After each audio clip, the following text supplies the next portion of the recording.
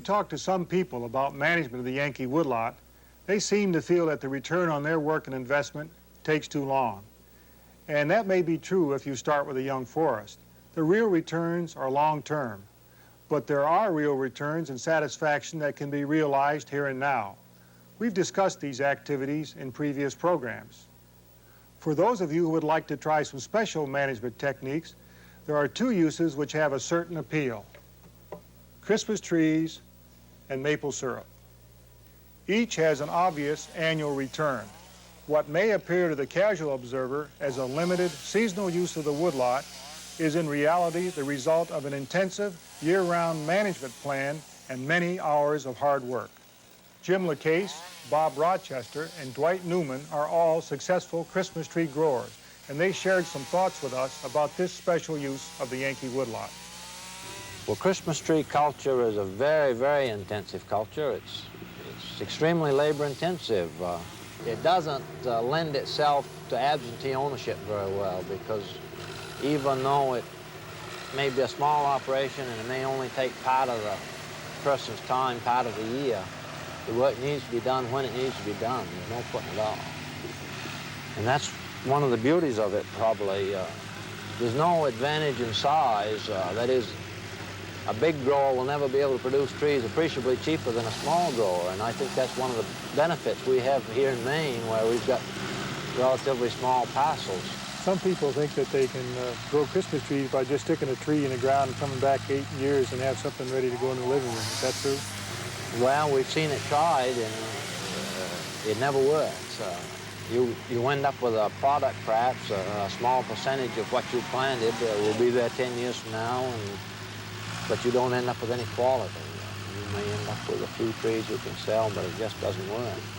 Particularly in balsam fir. Balsam is, of course, in New England, the East Coast market is the Christmas tree, and we're able to grow it, and the rest of the country isn't. That is, I would say south of New England and western New England, they have great trouble raising balsam, and it's something we can raise, and I think we should be. It's something that we can do and get a living at on small farms, rocky soil that we have here in Maine, and relatively inexpensive labor, and I think there should be a whole lot more of it. We have a Christmas tree operation here with 50 acres in it, and another 30 acres that we're working on, and then another 20 that we have just started. So we've got 100 acres into Christmas trees all told, and we more or less picked this up because I'm a forester with the Maine Forest Service. Got an interest in forestry, chance to practice forestry the way I like it. And it also gave employment we got 3 boys. Keeps them off the street and kept them busy over the years. Bob, did you start here as a hobby with woodland? The Christmas tree started as a hobby. I thought I would take care of a few of the better looking fir. Most of this stock that you'll see out here is natural. It's natural growth. Natural Christmas tree Natural stands. Christmas tree stands. They're old potato fields that's seeded back in. For instance, this one that we see over on the side here had 3,500 trees to the acre when we started. And we thinned that out. The second year after we thinned it, we harvested a few trees out of there. And then each year, and I think the most out of that 3-acre plot that we harvested to date is 400 in 1 year. So they come along. When you start with natural stock, it comes along pretty fast. So we just kept shearing, and we eventually got up to where we had 50 acres of it, and still going. Will those natural trees keep right on producing? Yes, we hope so in a way, to a certain extent. I would imagine that after you cut it hard enough, that Mother Nature, although she's been good to us, she may not keep up with this entirely. We are planting. In fact, we planted 9,000 fir over the past 2 years, and a few white pine to go with it. So we're not going to depend on wild stock to keep this thing going, but we do have a few plantations now that we're shearing in spruce, and we are harvesting some trees out of that. Now, is there some competition in those fields from other kinds of trees? Oh yes, we have to. What we use is brush saws. We go in originally with our brush saws, and we cut out the all the unwanted hardwood. And then we leave the spruce and the fir. The next step that we make is that we cut out the spruce if it's bothering the fir. And then the final step is to remove the fir that's bothering, if there's two together, we remove, in order to give the tree room so that you can shear it and it'll grow. Then you have insect protection that you have to, of course, you have to spray. How do you go about that? Well, we've done it with airplanes, which really works about the best. You go in, the airplane comes in here for a spray application. In about half an hour, he's done the 50 acres or whatever we want to do, and he's gone. Does the chemical spraying cause any bad effects on the property that you can see? I haven't noticed I haven't noticed any bad effects in spraying bud. We have plenty of partridge on the land, deer come here, all kinds of wild birds, as you can notice, and plenty of black flies. No, you haven't been able to cut those down, huh? No, they don't seem to bother the black flies or the midges and mosquitoes. Would you be able to carry on your operation without the chemicals? It would be very difficult unless everybody in the United States had a Charlie Brown-looking Christmas tree, because the budworm and the aphid makes a shambles out of it. What's the consumer asking for in a Christmas tree? He wants a well-shaped, he wants a tree bud that you can see, say 10%, 90% of the bole would be covered. And he wants a well-shaped tree with a no more than 70% taper. In other words, a 6-foot tree, that would be 4.2 width on the bottom. And it's getting so now that a wild tree such as you see here, a top, is very difficult to get rid of. They still buy some wild trees, but with the trucking, the cost of trucking now to get these down to the market, it's getting pretty difficult to sell what I'd call a cheap tree. Well, I've been in Christmas trees since I was in high school, actually. I was in the greenhouse business most of my life, and this particular farm we found in the middle of the winter, January 2nd, actually. And it's just ideal. It has good soil. It was an abandoned dairy farm. The price was right, and the soil was good for the trees. That was the main thing. I think if anybody was to get into trees, they should check out the soil first to make sure that the trees would do well on it. What advice would you have for a young grower just starting to think about Christmas trees? Well, I think I'd tell him to not consider just a part-time job, or if he's going to consider it a part-time job, just to realize that there's work year-round in it. And if he's going to be an absentee grower, as we were for many years when we started here, it's hard to get everything done on time. And the secret of success is doing things on at the right time. Not meaning to do well, but to do it on time. And I think a young grower, he should plant enough so that he's got to buy a decent piece of equipment to work with. Many people start with 1,000 trees and they get along all right for a year or two and they put another 1,000 in, but pretty soon they don't have enough equipment to take care of the few trees that they've got. Whereas if they put in enough to start with and they had to buy some equipment, then they would be better off in the long run, I believe. I've always felt that a fellow could make a living if he was harvesting 3,000 trees a year. And I still think this is true. So he probably would plant maybe 4,000 to 5,000 a year. And I would say this would be so. I think a fellow, if he's going to get into it at all and is going to take care of them, should plant somewhere around 5,000 a year. And whether he buys them from a nursery or goes from folks' wildlings and then transplants them into his garden for a couple of years, it makes no difference. He'll have the same result. Starting in January, describe what your activities are in an average year. Well, the first couple of weeks in January, we're apt to take it a little bit easy. We've worked hard since mid-November harvesting the trees and then selling the trees, and we deserve a couple of weeks vacation, so we take a couple and rest a bit. We do an awful lot of planning in the winter. Right now in my office, I've got the plans for the next 5 years of which fields are going to be emptied out and which type of tree is going in there. And February and March, we'll be cutting firewood probably, and clearing land if it's available. On our own sites here, we have quite a bit of land that we're clearing that we want to get into production. In April, we would be putting on, or March even, we would be putting on the simazine. Just as soon as the snow goes, the ground would be bare, and we can get around with our tractor and apply the simazine. We'll put that on and control the grass for the season. April and May, we're planting trees. In April, or maybe early May, as soon as the frost leaves the ground, we'll go up in the mountains and pull wildlings and bring them down, transplant them into a site that has good soil that is ready early. In May, we plant into the fields. Then in June, we would be fertilizing. In July, we'll start shearing the Scotch pine and the white pine. And it doesn't take, but soon you're into the middle of July, and then we've got plenty of shearing to keep us busy all the way through August. August, September, we'll tag the trees that we want to harvest, get a tally on them. And then in November, as late as we think that we can get them all cut before harvest, before shipping, we start our harvest in November and have it so that the trees are ready to roll in early December. How important is Maine to the markets in the East Coast of the United States? We are not anywhere near as large a producer as we should be, I'll say that.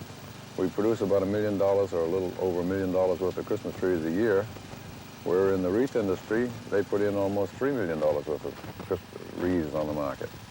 So they're actually doing more volume than we are, dollar-wise. Is there a potential here then for some expansion, and if so, how much? I would say that the industry all over the nation has been expanding. And here in Maine, a lot of interest has been shown by a lot of people.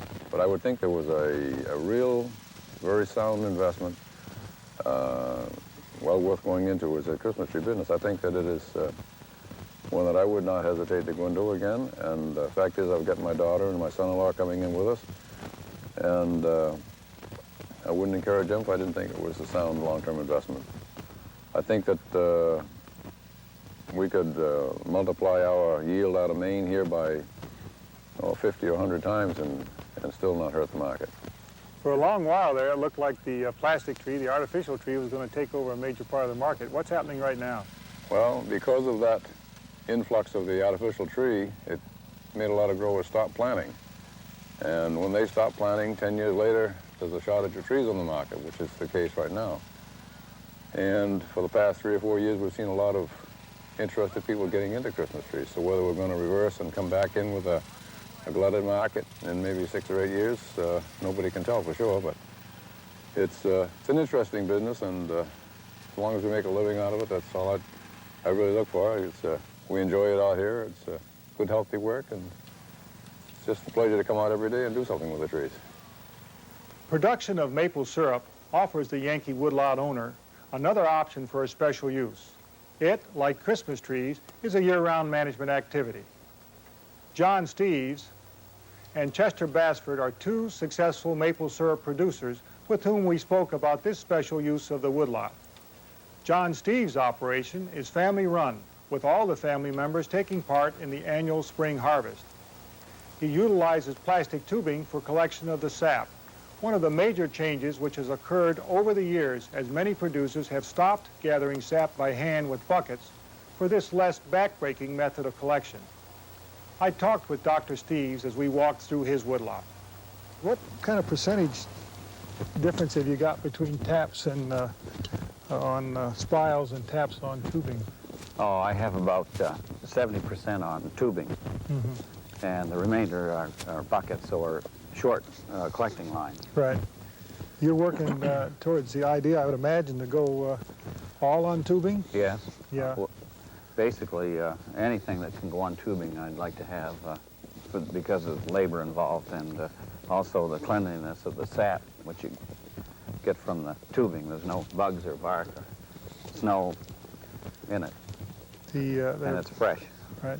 The relative cost of the tubing versus buckets is... Well, the tubing is a lot cheaper now. even though it's gone up somewhat in price during the past 3 or 4 years since the oil crisis. The buckets run new approximately $3.50, and it's about 50 cents, and a cover about 80 cents. So we're talking about a $5 tap Yeah, right. capital charge on buckets. That's right. Now, how does that compare with tubing?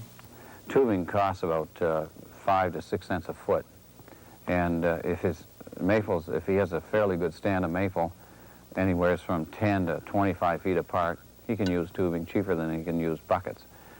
The spouts are about 30 cents, the tees are about 15, and the tubing's 5 cents a foot, 5 to 6 cents a foot. So a rather major saving over buckets that you can That's realize right. while Oh, doing yeah. tubing. And then you have a major saving in labor, and you need some containers for collecting, usually in a small tap area, something like a 20 or 30 gallon garbage can. Those new galvanized garbage cans are excellent. What are the disadvantages of tubing, if you see any? Well, the only place that I can think of offhand that tubing is a problem is if you are on flat land. Then you have to be careful in its installation, and the fact that you have to consider a gradient in the tubing. And if it can be installed on flat land by utilizing tanks and pumping stations for a large operation. For a small operation, you can start with the end tree and come up the tree higher, and then as you go down toward wherever your collection station is, drop down the trees, and that way you create a gradient. You have to maintain a certain gradient in your tubing. Woodlot owner that may just think about starting in sugar bush management, what would you suggest to him?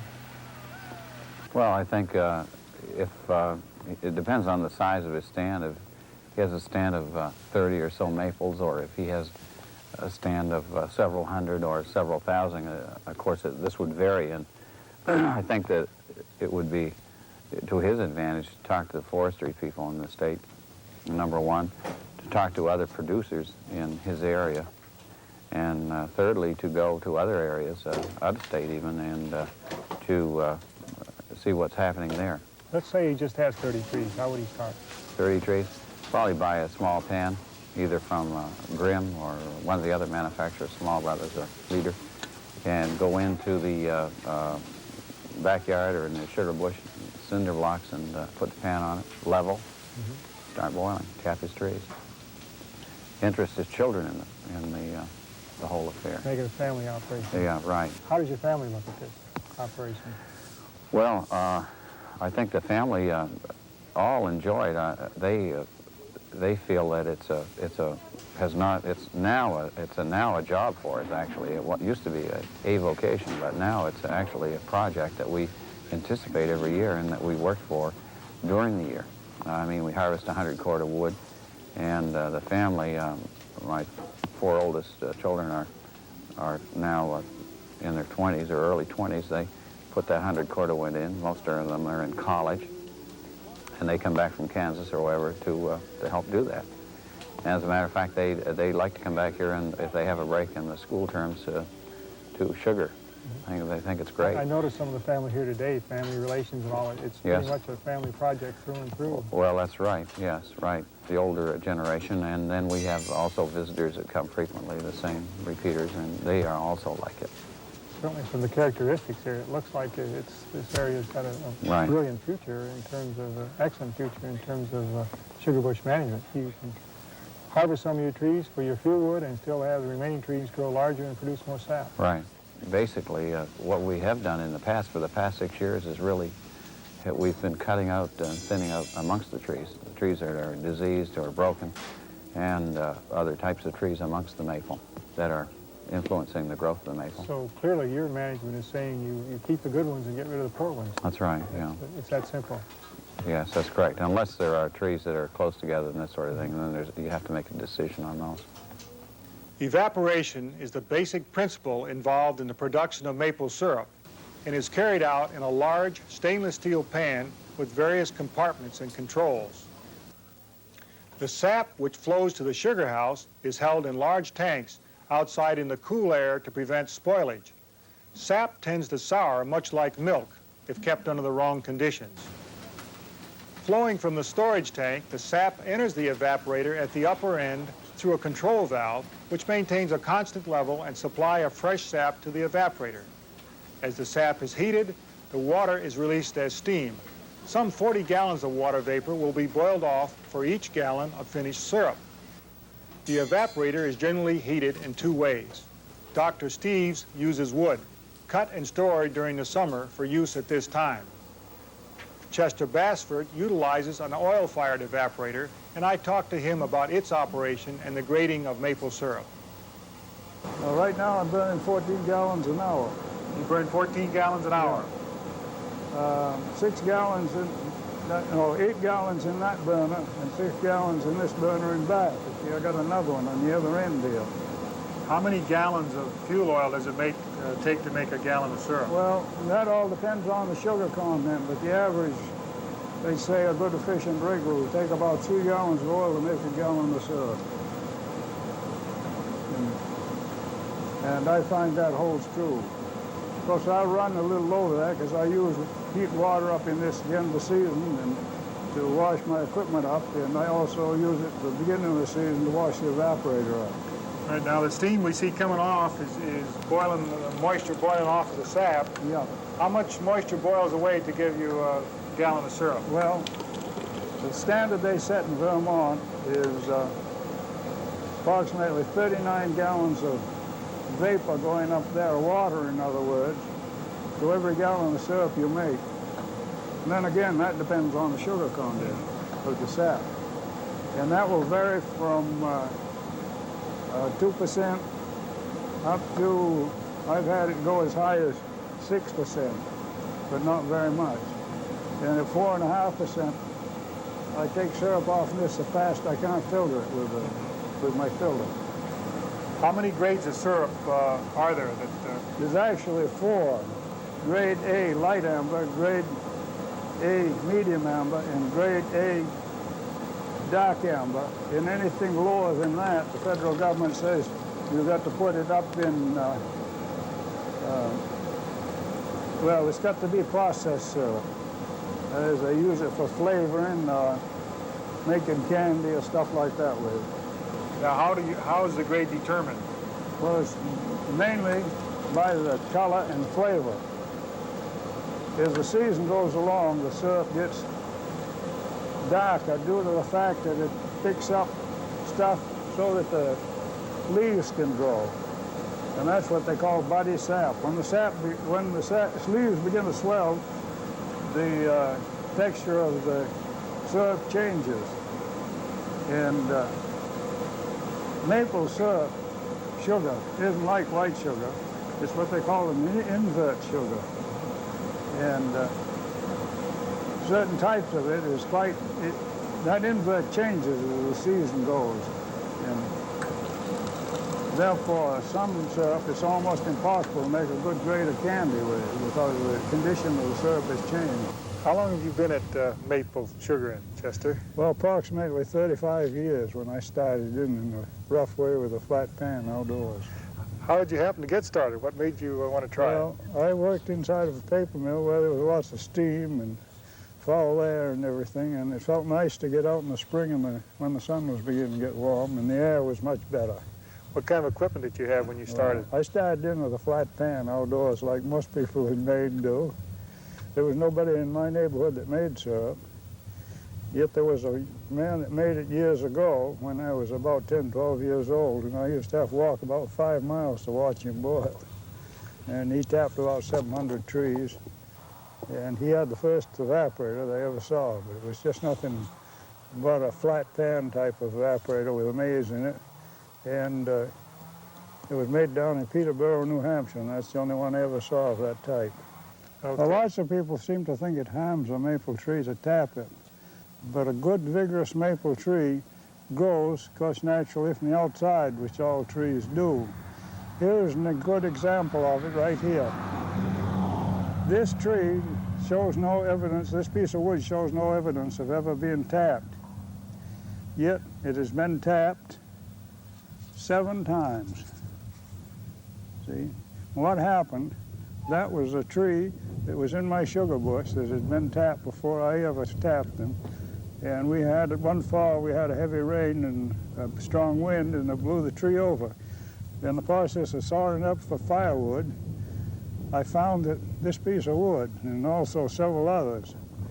And I saved it just to show people that a tree not overly tapped, it doesn't do any harm to them. There's a place right there, apparently it was tapped 2 or 3 years ago. See, and that's healed right up good. Over here, on this side, right there, I think that's where I tapped it last year. How fresh is that one over there? Yeah, that's a little older too. Yeah.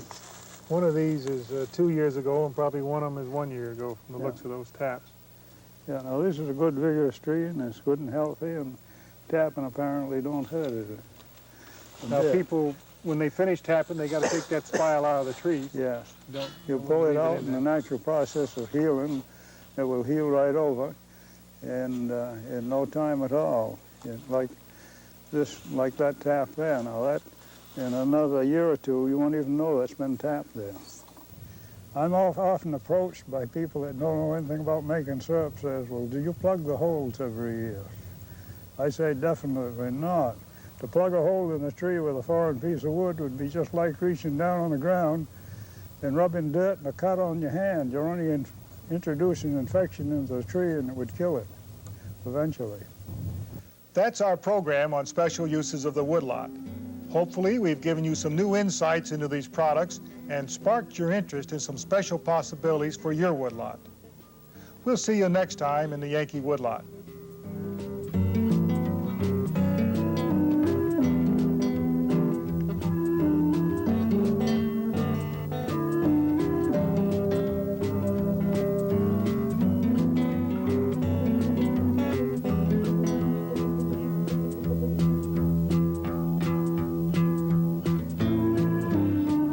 Yankee Woodlot was produced by the Maine Public Broadcasting Network, which is solely responsible for its content, and was made possible in part by a grant from International Paper Company.